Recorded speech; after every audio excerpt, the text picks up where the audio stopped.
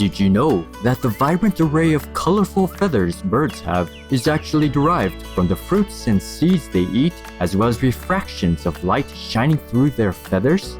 Continue watching to find out more. Hola, bendecidos e iluminados televidentes. This means hello, blessed and enlightened viewers, in Spanish, the official and most spoken language in the Republic of Guatemala. I am Santiago, a male painted bunting, and this is Valentina, a female painted bunting. We are both vegans from marvelous Guatemala. May your bright, compassionate, and healthy vegan lifestyle add more colors and vitality to your life.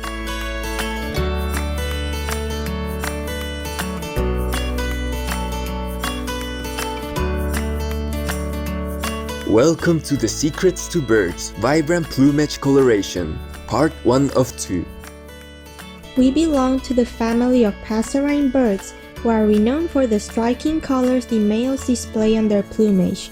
Indeed, their plumage is so colorful it is like a kaleidoscope. Many people consider us one of the most beautiful birds in North America. Therefore, we have a nickname, nonpareil in French, which means without equal. In Mexico, we are commonly known as siete colores, meaning 7 colors. According to a Native American legend, the Great Spirit, while adorning the birds with colors, happened to run out of pigment, so he dubbed us the very last species left with touches of whatever colors remained. In this series, we will explore why and how we have such colorful feathers.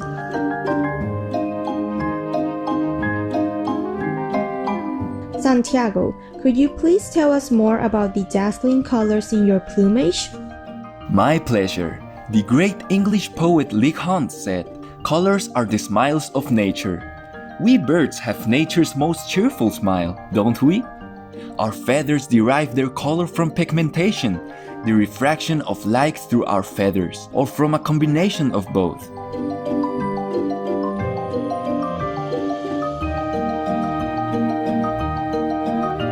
So, what generates the red found on your breast and rump?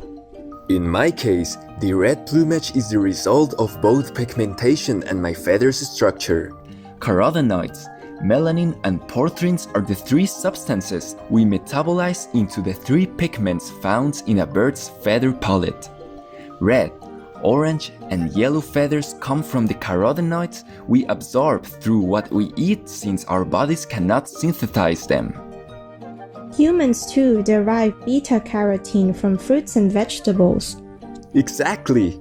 Fruits and seeds contain various amounts of carotenoids. For example, the male northern cardinals obtain their signature bright red plumage mainly from dogwood berries, their favorite food, which are rich in red carotenoids. Should these berries be in short supply, these birds will gradually lose their brilliant color. On the other hand, the feathers of the Baltimore Orioles can turn even redder than normal when they eat red honeysuckle berries while molting. Interesting. Then how about those dabs of brown color on your wings? Melanin displays as black, brown, gray, or earth tone colors in our feathers.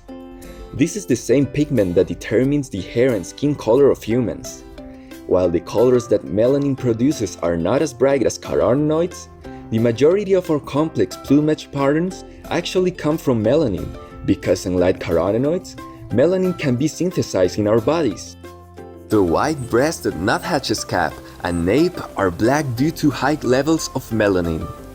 If a bird sports gray and black stripes on their wings, or white on their breast and throat, this means that they synthesize less melanin. Cool. In other words, God would fill brushes with carotenoids to boldly paint our plumage with bright colors and reserve melanin for fine details, and to design intricate patterns. Well said, Valentina. Melanin not only colors our feathers, but also reinforces their strength and resistance to abrasion. That's why many seabird species, especially the ones which migrate long distances, have black wing tips or black primary feathers.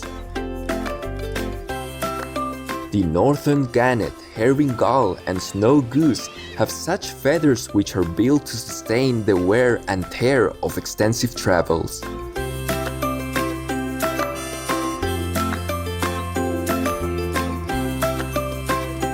Wow, I didn't know this before.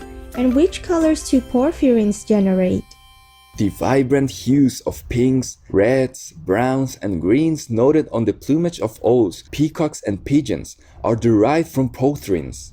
The turacos, for example, owe the unique brilliance of their red and green plumage to the type of porphyrins synthesized in their body.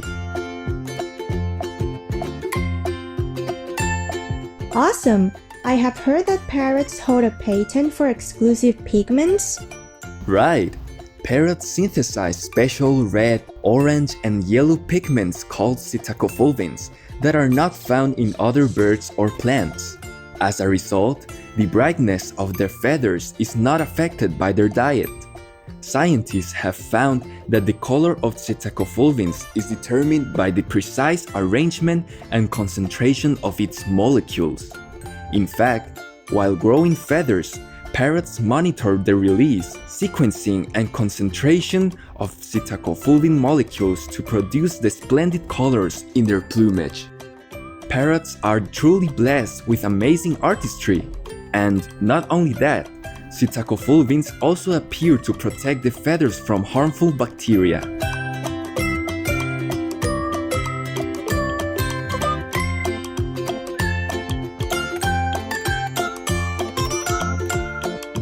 It's time now for us to peck away at some simple yet satisfying vegan food. We will pause for a brief constructive message and return. Please stay tuned to Supreme Master Television. Vegan sounds like heaven. Welcome back to the Secrets to Birds' Vibrant Plumage Coloration, Part 1 of 2 on Supreme Master Television.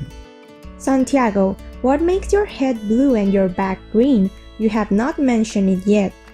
You are a keen observer, Señorita Valentina. No bird species can synthesize the color blue from pigments. Blue pigments, as found in blueberries for example, are destroyed by the digestion process. When white light strikes a blue feather, the nanostructures comprised of keratin protein and tiny air pockets in the barbs of the feather reflect blue light, and the layer of melanin pigment absorbs the remaining colors. Tiny differences in the structural composition of keratin and air pockets will thus produce different shades of blue. Oh, I see. It is similar to what makes the sky blue, air molecules that scatter blue light. That's spot on! What a smart señorita! The nanostructures in the blue feathers reflect blue light rays in an orderly way, in which they reinforce each other. If we were to shine white light from behind a blue feather of a male indigo bunting, it will appear brown-black due to the melanin in it. Meanwhile, its green feathers are colored by the combination of the blue light reflected by its structural composition and the yellow color of its carotenoid pigment. Amazing! Now I know what produces your blue and green colors. How about the shimmering rainbow colors of male hummingbirds' throat feathers? Would their colors change if we looked at them from different angles? The patches of color on the throat or upper breast of male hummingbirds are called gorgets. This word was also historically used to describe a piece of linen wrapped around a woman's throat or head, and piece of armor a medieval knight wore to protect his throat. The microscopic structure of the barbels of iridescent feathers under gorgets consists of microscopic structures of melanin called melanosomes, which are similar in shape to flat pancakes and are stacked neatly in 7 to 15 rows. It is this special arrangement of layers, combined with pockets of air between them, which give the hummingbirds their famous iridescent colors. Melanosomes work like a prism, bending different colors of light by different angles, thus causing the feathers to appear to shimmer as they move. It reminds me of little rainbows dancing in soap bubbles. Correct. Light is split into its different colors and then reflected to the viewer just like it is from the soap bubbles and also from raindrops when they make a beautiful rainbow. Other birds are also adorned with an iridescent plumage, including mallards, but the feathers on mallards' heads don't shimmer as brightly as those on hummingbirds' gorget because the melanosomes in them are shaped more like tubes than pancakes, and because they don't have as many air bubbles in them. Truly fascinating. Now I'd really like to know how the actual colors are determined. Oh, you found something? Let's have a look. Yes, it's a complex matter, but I have just found a little bit more about the coloration of Gaudian finches, a gorgeous species from Australia, whose heads are commonly colored in red, black, and yellow. To be endowed with a black head, the males require 2 black genes on the chromosomes that also determine their gender, while the females require only 1 gene to direct melanin deposits to the feathers on their head. For a head to be colored red, males and females need just 1 red gene on their sex chromosomes, as the red gene is dominant to the black gene. For yellow, a yellow and red gene are both required, but more research is still needed to fully understand what makes that particular color appear in the bird's feathers. Wow! The science behind the coloring of the plumage of birds is quite complicated. There is certainly lots to learn. Yes, something as simple as our vibrant colors is actually quite complex, but as more and more research unfolds, humans will understand more and more about our dazzling colors the Creator has blessed us with. Let us also continue to enrich nature and brighten our fellow co-inhabitants with the beauty of our dazzling plumage. Welcome to The Secrets to Birds, Vibrant Plumage Coloration, Part 2 of 2. In this episode, we will continue exploring the incredible colors birds mesmerize us with. Santiago, do you know how such plumages are created? That's a great question, Valentina. Many factors influence our plumage color, and habitat plays an important role as well. Many shorebirds, such as the sanderlings, have dark upper parts and white underparts, which make for an excellent camouflage at the beach. A study of warblers and finches found that nest location is often associated with the brightness of the male's plumage. In species that nest on the ground or in shrubs, the males often sing and forage high above their nests, and thus must make long downward flights into their nests. Such movements could make these males more vulnerable to danger, so their plumage doesn't shimmer as brightly as that of their counterparts that nest in the canopy above. Oh, I see. Is this the reason your plumage is more vibrant than mine? It is to appear more handsome to the ladies. Really, Valentina? Much research shows that male birds with brighter plumage colors have a better chance of pairing, as females recognize bright plumage colors as an indicator of good health and strength. In order to tell subtle color differences between individual males, females produce more opsins or specialized light-sensitive proteins in their retinas over time. This causes the male's plumage to become more and more colorful in order to be competitive and distinctive. Scientists have found that in warbler species, where the females have more opsin in their eyes, males display more vibrant colors. Dress for success, hey? So how is it that your plumage is colorful all year round? We molt at least once a year, as our feathers gradually wear out and are replaced. Unlike human hair and nails, feathers stop growing once they are fully shaped. But molting is risky business. It drains our energy and also affects our ability to fly. So the majority of us birds don't molt more than twice, from breathing to non-breathing plumage and vice versa, in a year. That's why I always wear the same vibrant outfit. However, some bird species live in higher latitudes during winter, so they must change to duller and thicker non-breathing plumage to insulate them from the cold. In certain species, A duller plumage also leads to better camouflage and protection of their home during the non-breeding season.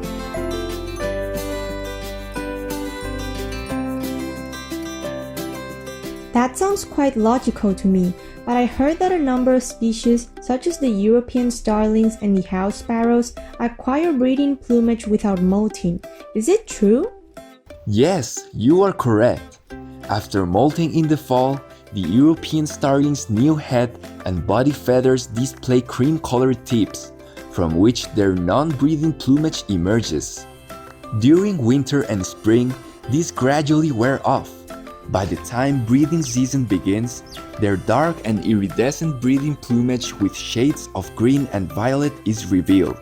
So these birds produce their breeding and not breeding plumages through only one molting. That's so cool! It's truly a smart and versatile wardrobe, but is courtship the only reason that males have brighter colors?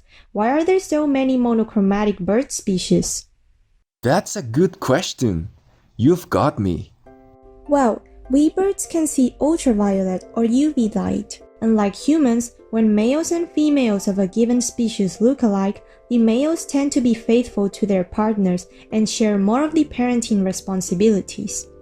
The females often have duller colors because they perform the majority of the parental care and they must achieve better camouflage to protect themselves and their nestlings.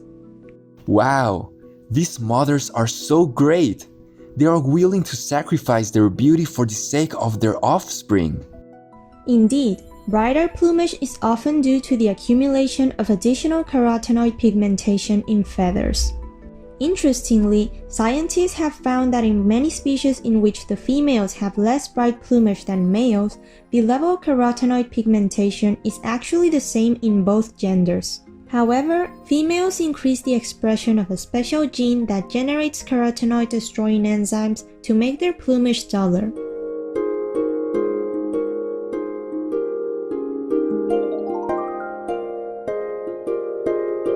It's time now for us to go and practice a new song to welcome in the next season. We will pause for a brief constructive message and then return. Please stay tuned to Supreme Master Television. Vegan leader, live in all hearts forever.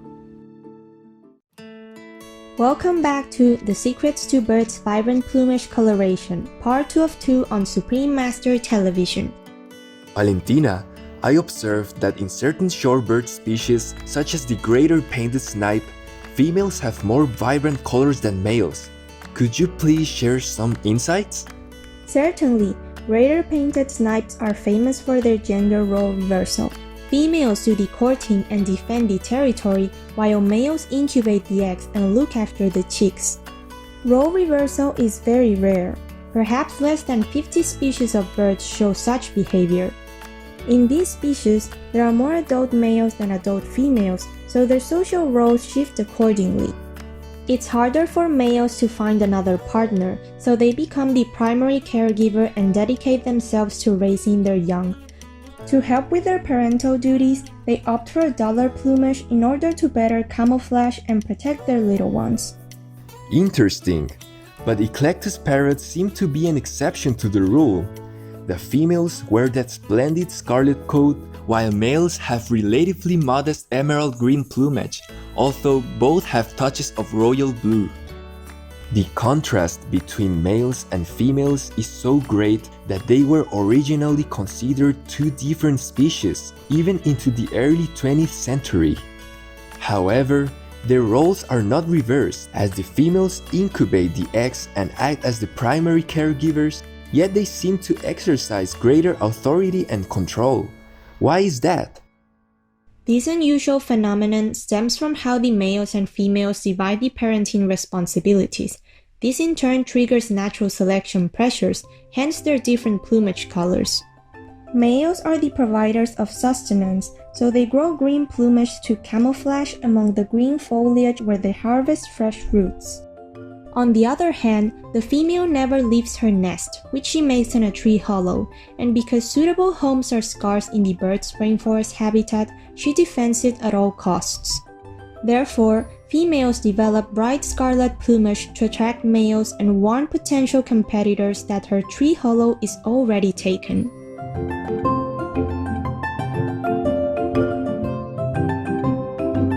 That is fascinating. Some of us birds know that a bright breeding plumage may put us in danger and adjust our behaviors to mitigate the risk. One example is the superb fairy wren male, which switches from brown to bright blue plumage before the breeding season starts. Scientists compared the behavior of blue and brown males and found that ones with blue plumage were more cautious. They fled from danger more often, took longer to emerge from hiding, spent more time foraging under cover, and were overall more alert than males with brown plumage. It seems the smart fairy wrens are conscious of the cost of their conspicuous breeding plumage, and hence are more cautious according to their color of the moment. Amazing! Some birds even use their vibrant plumage to warn off potential threats. The hooded pitohuis, which reside in New Guinea, use the contrast between their black and red plumage to repel anyone seeking to harm them. This adaptation was so successful that other pitohui species opted to acquire the same color pattern. The southern varied pitohui has similar aposematic coloring as the hooded pitohui. This is a rare demonstration of Mullerian mimicry. Two or more bird species which face the same threat who have come to mimic each other's aposematic signals to mutual benefit. This natural phenomenon is named after the German naturalist Fritz Müller. Researchers compared the gene controlling their melanin pigment production and found that it was transferred from the hooded pitohui to the southern varied pitohui. Wow! Species learn and adopt successful color tricks from others in order to protect themselves. Nature is so amazing. Absolutely. The diverse and dazzling plumages of birds and the science behind such colorful palettes is truly remarkable and incredibly inspiring. God gave us the mandate to beautify the world and remind humans of the magnificence of the heavens. Therefore, we wish that our vibrant colors motivate you to rediscover your inner beauty and connect with the divine.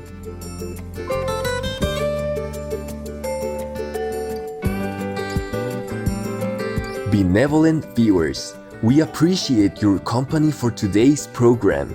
Up next is High Thinking and Simple Living, Part 4 of 5 on Between Master and Disciples, right after noteworthy news. May your life be forever bright and colorful. Vegan Leader, Leading by Example. Our programs offer many languages. Please visit suprememastertv.com/schedule and suprememastertv.com/AW. Nos programmes offrent plusieurs langues. Veuillez visiter suprememastertv.com/schedule et suprememastertv.com/AW. Nuestros programas ofrecen varios idiomas. Visiten suprememastertv.com/schedule y suprememastertv.com/AW. I nostri programmi sono offerti in molte lingue. Consultate suprememastertv.com/schedule e suprememastertv.com/AW